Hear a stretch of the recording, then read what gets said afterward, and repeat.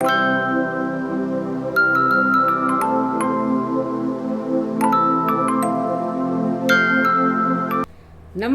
आप सबका हार्दिक हार्दिक स्वागत, अभिनंदन।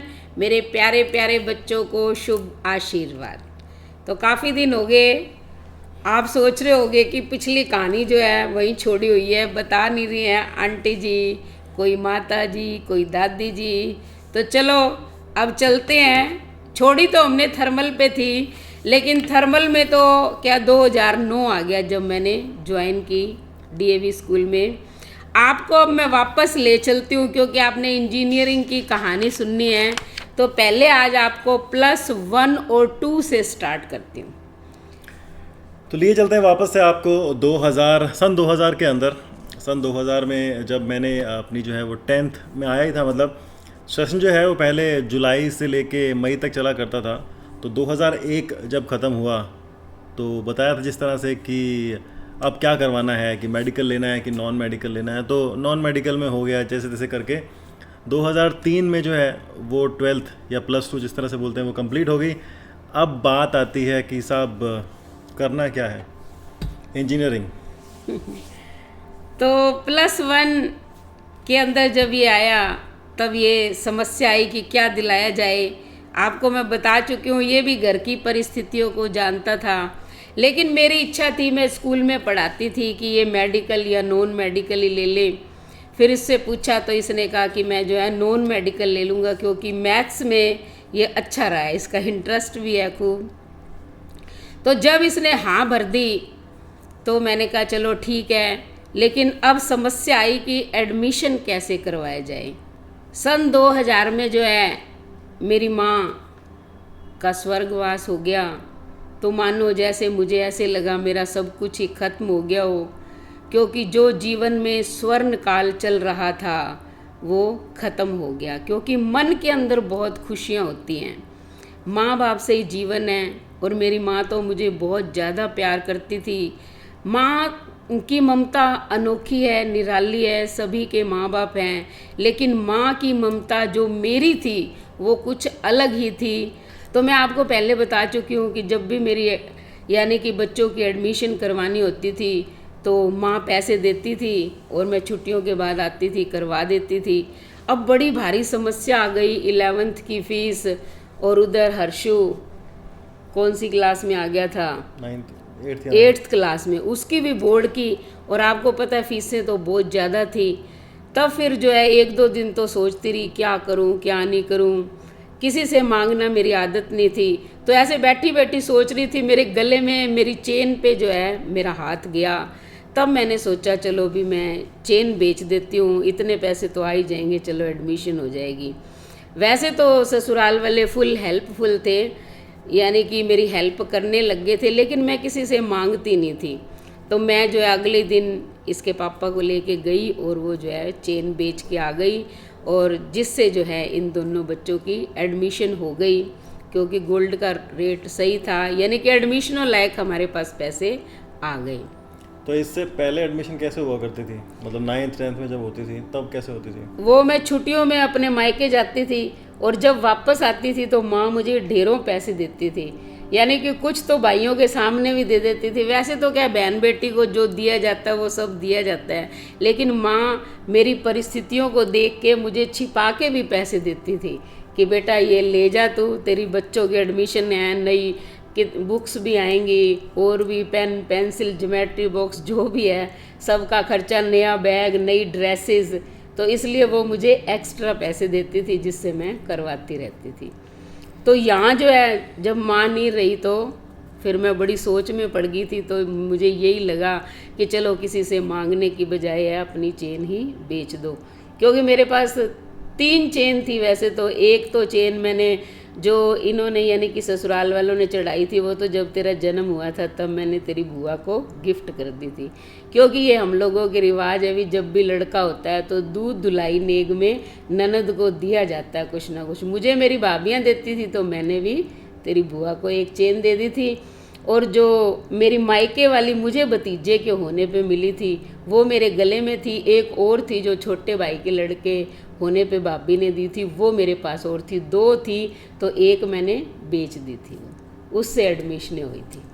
तो जब एडमिशन हो गई तो अब ट्यूशन भी मुझे ये था भी चलो मेरे पास ही रहेगा और पढ़ भी लेगा, मेरी आंखों के आगे है, और ट्यूशन फीस भी जैसे माफ़ थी, मैं आपको बता चुकी हूँ। तो ट्यूशन जो है 11th में तो देखो इनकी मैंने किसी को भी नहीं दी, ना फिजिक्स केमिस्ट्री मैथ्स तीनों सरों को। लेकिन जब +2 में ये आया तब जो है मैथ का टीचर जो था उसने कहा कि मैडम जो आपकी इच्छा हो चलो दे देना। तो उसकी फ़ीस 2800 रुपये थी। तो मैं इसको जो है 500 करके हर महीने देती थी। वो तो 1 तारीख को ही कह देता था प्रवाल फीस, ये बेटा फीस को ला, बेटा फीस को ला, बेटा फीस। अब जब ये हर महीने ऐसे ही बोलता था तो फिर जब मैंने देने 2000 ही थे, 3 दे चुकी थी, चौथी किश्त में मैंने इसको पहले ही समझा दिया। मैं कही ये 500 रुपये ले जा और बोल देना सर को कि सर ये आखिरी किश्त है बस आपकी इसके बाद नहीं। तो इसने दे दी और वो सर ने भी कुछ नहीं कहा। तो ऐसे जो है ये ट्यूशन भी पढ़ लिया और क्लासेस में भी।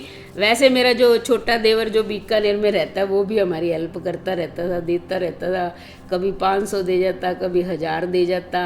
तो मेरी सास का नेचर भी बहुत अच्छा था, हेल्प करती थी।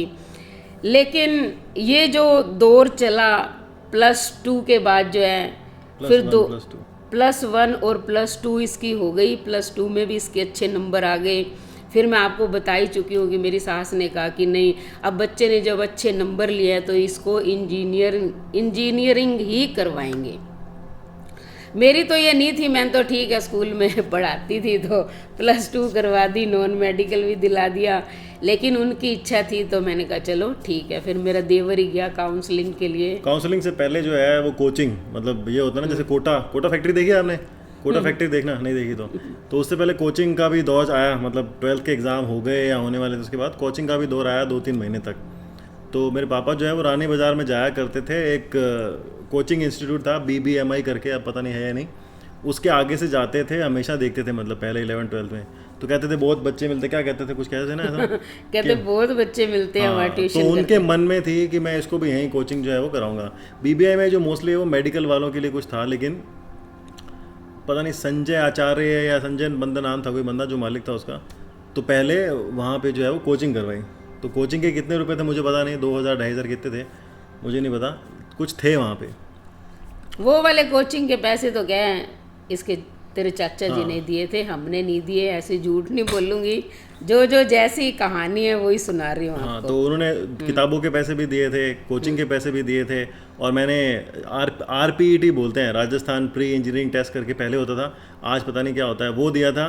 AICT ऑल इंडिया कुछ होता है वो भी दिया था, और IIT भी दिया था, JEE, मतलब 2 महीने की तरह में JEE, मतलब हाफ ईयरली एग्ज़ाम थे 12th के, और वो IIT JEE जो पहले हो जाता है 12th के एग्ज़ाम से पहले ही वो करा लेते हैं, तो वो भी दिया था। मतलब तीनों मैंने जो है वो दिए थे। तो रैंकिंग तो पता नहीं, मुझे याद नहीं आज क्या है, बड़े ज़माना बीत गया, मतलब कितने हज़ारों में रैंकिंग थी पता नहीं। तो जो RPET की रैंकिंग थी, मतलब राजस्थान वाली, वो कुछ 8000 पता नहीं कुछ में आई थी।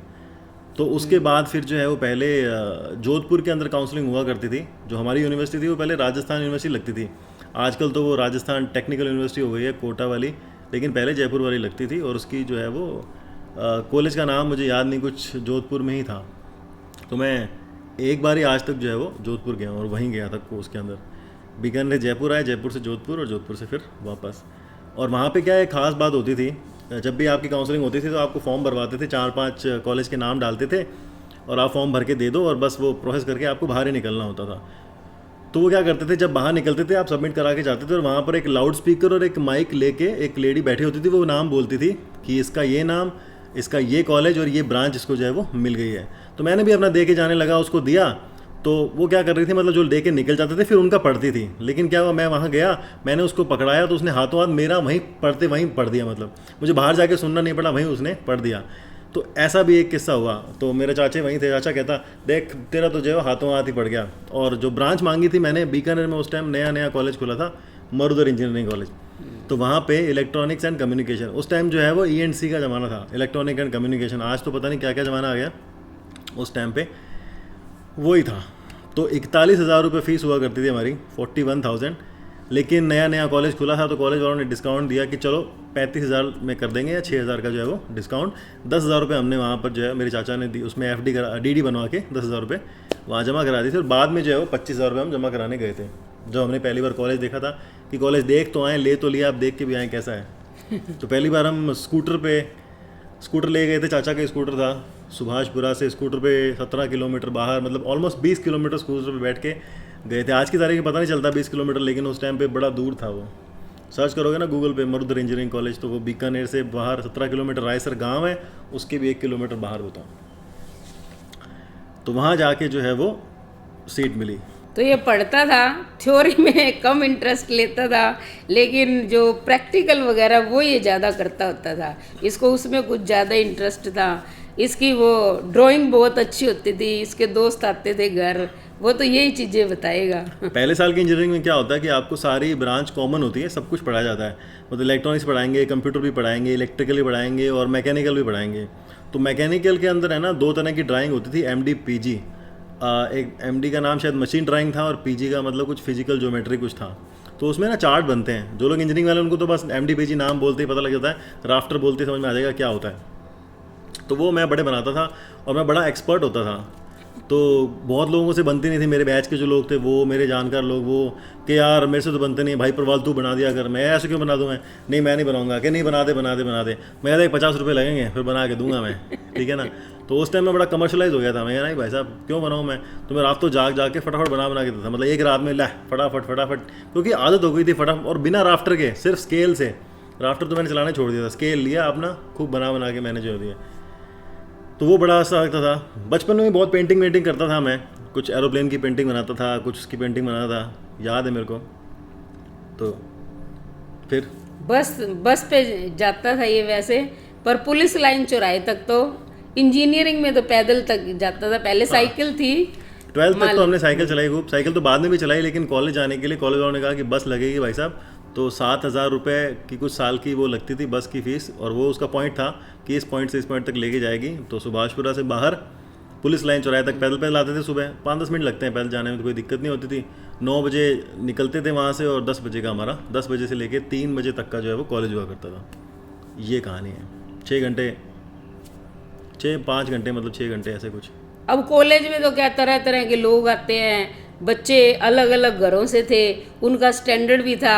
ये तो सीधा साधा मैं इसको पैंट और शर्ट जो है वो सिलवा के देती थी। लोग T-शर्ट वाले भी एक दिन कहता आपने तो मुझे भाई साहब बना रखा। मतलब मैं नॉर्मल तरह की शर्ट और जो पैंट होती है ना वो सिलवाई हुई वही पहनता था। ये जीन्स और ये आजकल की जो T-शर्ट हैं ये तो हमने देखी भी नहीं थी कैसे होती हैं, क्योंकि घर की परिस्थिति नहीं हुआ करती थी कि हम जीन्स पहने। एक जीन्स उस टाइम पे भी आराम से बड़ी महंगी आया करती थी, जो सिलाई रेडीमेड कपड़े जिसको बोलते हैं, वो तो हमने कभी पहन के देखे ही नहीं। जब मैं नौकरी में आ गया, लग गया, आप पता है कि अब सिलवा नहीं सकते हैं, तब जो है मैंने जाके खरीदने शुरू किए, वो भी बैंगलोर जाने के बाद। उससे पहले भी मैंने जो है वो सारे के सारे नॉर्मल तरह के कपड़े पहने हैं। कुछ फोटोज़ मिलेंगी तो दिखाऊंगा। और उसके बेंगलोर में भी गया था जब तक ये पैंट शर्ट ही पहनता था। हाँ, कई फोटो बेंगलोर में तो क्या नई फिर रेडीमेड पैंट शर्ट लाने लग गए थे, क्योंकि वो ऑफिस का कल्चर था, फ्राइडे को ही सिर्फ T-शर्ट अलाउड थी। बाकी मैं तो फिर भी जो है वो जीन्स चलती थी मेरी, कोई कुछ कहता नहीं था। हमको कौन सा किसी से जाके मिलना होता था, तो चलता था वो। लेकिन उससे पहले मतलब जीन्स तो मैं पहनता, जीन्स तो लड़कियाँ पहनती, मैं नहीं पहनता था। कोई पूछता ना जीन्स, मैं नहीं पहनता, मेरे वो लड़कियों के लिए जीन्स तो नहीं। फिर इंजीनियरिंग में कहता मुझे तो कंप्यूटर दिलाओ, फिर वो छोटे वाला। तो पहला साल जो है वो इंजीनियरिंग का था, वो बस ऐसे ऊपर नीचे करते हुए निकला कि, तो मेरा है ना एक दोस्त हुआ करता था सीमांत करके, राजवंशी, वहीं रहता था, और उसका जो है वो बड़ा योगदान है शर्मा जी टेक्निकल होने के अंदर भी, ठीक है ना। उससे कुछ भी पूछो, मतलब आज जैसे आप मुझसे पूछते हैं लोग, मैं उससे पूछता था, वो फटाफट इसका ये, उसका वो, इसका वो। तो मुझे बड़ा उससे इंस्पिरेशन मिलता था, यार इसकी नॉलेज है, मुझे भी नॉलेज होनी चाहिए। तो वही जो है वो मेरे अंदर जुनून आया था, और मैं भी जो है वो वैसा ही बनना चाह रहा था। मैं यार इसके पास है तो मेरे पास भी होना चाहिए। तो उसके पास में कंप्यूटर था, तो फिर बड़ी मुश्किल से जो है वो जुगाड़ लगा के कंप्यूटर भी लिया। फिर क्या है, गेम जब कंप्यूटर आती है ना तो गेम जो है बड़ा निहाल कर देते। तो उस टाइम ये GTA वाली गेम चलती थी, ये गेम खेलता था और मेरे से डांट करता था कई बार। तो मैं एक तो बिजली का बिल आता है, एक तो बिजली का बिल आएगा उसका। मतलब हमारे घर में ब्लैक एंड वाइट टीवी था, 1400 रुपये वाला लिया था जो बताया मैंने आपको, लेकिन मॉनिटर जो है वो हमारा कलर था। कंप्यूटर पहले वो ज़माना इंटरनेट का तो था नहीं, इंटरनेट मिलता था, डायलअप वाला कनेक्शन होता था, 512 kbps, तो बहुत बड़ी, मतलब 64 KB का डायलअप वाला कनेक्शन होता था, अगर आपको याद है डायलअप वाली चीज़।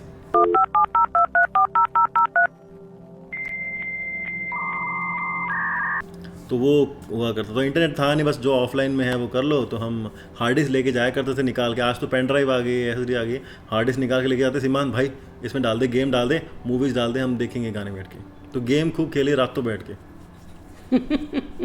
और मेरे से डांट भी खाई। वैसे कुछ कहता नहीं है, मान लो आज भी मैं इसके ऊपर हाथ उठा लूँ तो ये कुछ नहीं कहेगा।